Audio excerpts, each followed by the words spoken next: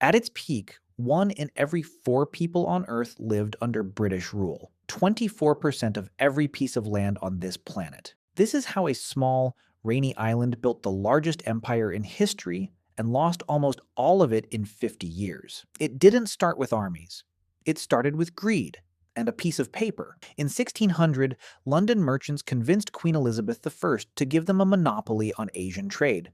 They called it the East India Company, just a business on paper. That business would eventually conquer an entire subcontinent. Before that, Britain was nobody's idea of a superpower. Spain had the gold, Portugal had the spice routes, England had ambition and pirates, privateers like Francis Drake raided Spanish treasure fleets, state-sponsored piracy dressed as patriotism. The wealth funded ships, the ships funded colonies. In 1607, Jamestown became England's first lasting foothold in the Americas. The machine was starting. Then came the engine that powered everything: slavery and sugar.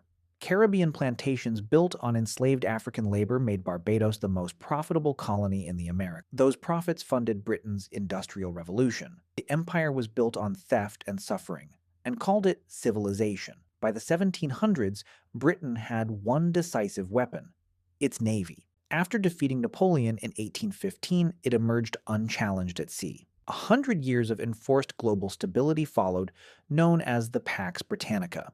British companies secured mines in Africa, rubber plantations in Malaya, railways across Asia. The empire wasn't just conquering land, it was wiring the world's economy through one city: London. By 1870, Britain controlled an estimated 1/4 of all global trade. Every fourth ship on any ocean was British. London wasn't just a capital, it was the operating system of the world. India was the crown jewel. Britain drained it systematically: cotton, textiles, spices, turning raw Indian materials into finished British goods and selling them back at profit. Economists estimate Britain extracted the equivalent of $45 trillion from India over 200 years. That number is contested. The exploitation is not. By 1920, the empire covered 24% of Earth's land: Africa, the Middle East, Southeast Asia, the Pacific. The sun literally never set on it. It felt permanent, inevitable, like it would last forever. It had maybe 30 years left. If this story is hitting different, subscribe. There's a lot more where this came from. The first crack came from an unexpected place: victory. Britain won World War I, but winning nearly broke it. A generation of men fed into the trenches. Over 1 million Indians served. Hundreds of thousands of Africans, Australians, Canadians. They bled for Britain.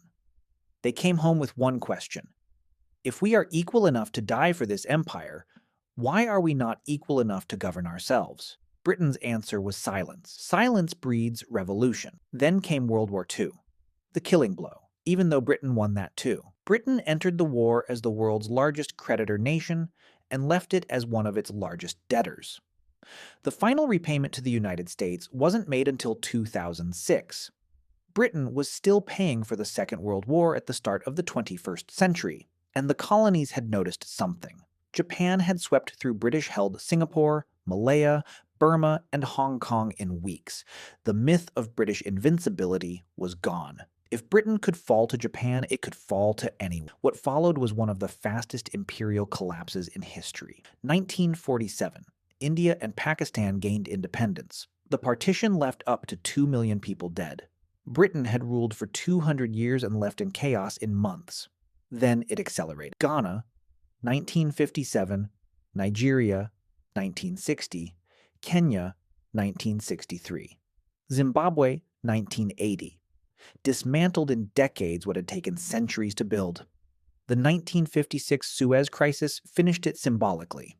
Britain tried to retake the Suez Canal from Egypt and was forced to back down by American pressure. The world understood.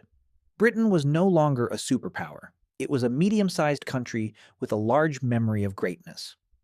Hong Kong, the last significant colony, was returned to China in 1997. The Union Jack lowered. The Chinese flag raised. 400 years of empire reduced to a ceremony in the rain. The British Empire spread language, law, and infrastructure across the world. It also extracted, exploited, and impoverished hundreds of millions across generations. Both are true. Empires are never simply good or evil. They are power. and power is always complicated. In 1850, anyone in London would have laughed at the idea their empire could disappear. It felt too large, too powerful, too permanent. Every empire in history has believed exactly that. Every single one of them was wrong. Which empire today believes it is permanent? And what does history suggest is coming next?